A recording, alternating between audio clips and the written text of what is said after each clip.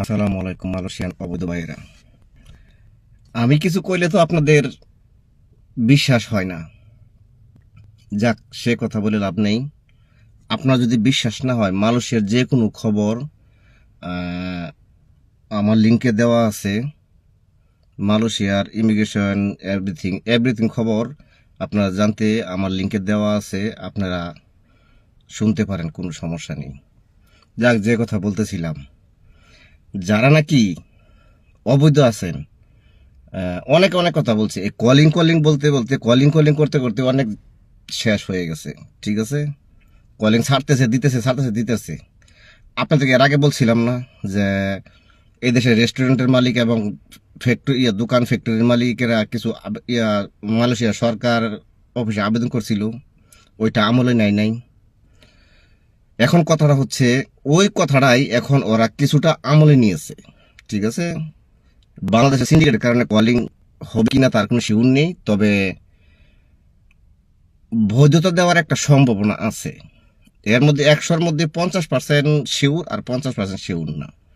আমরা আজকেও অফিসে গেলাম এবং গত 3 দিন ধরে বলতে আসা যাওয়ার মধ্যে আছি।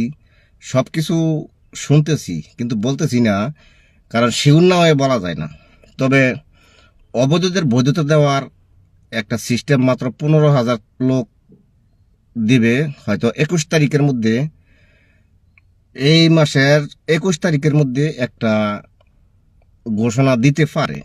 হয়তো 15,000 লোকের পারমিট করার মতো সুযোগ দিতে পারে, আবার নাও দিতে পারে। তবে এরকম একটা প্রক্রিয়া চলতেছে। তো আপনারা আমার এই কথাগুলো বিশ্বাস যদি না করেন, আপনারা হোয়াটসঅ্যাপে ওয়েবসাইটে আপনারা যান, মালয়েশিয়ার অনলাইন যেই ইয়াগুলো আছে আপনারা দেখেন, তারপর বুঝতে পারবেন। আমার এই কথাটা আপনারা সবাই একটু শেয়ার করে দেবেন, ঠিক আছে, যাতে অবৈধ বাইরে সবাই জানতে পারে।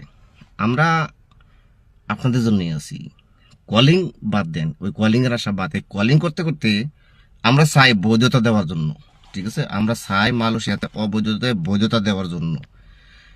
কলিং আসতেছে, কাম পাইতেছে না, এরকম হচ্ছে, অনেক মানুষ এরকম হচ্ছে। ঠিক আছে, এর চেয়ে বরং বৈধতা দেখ, এটাই আমরা চাই।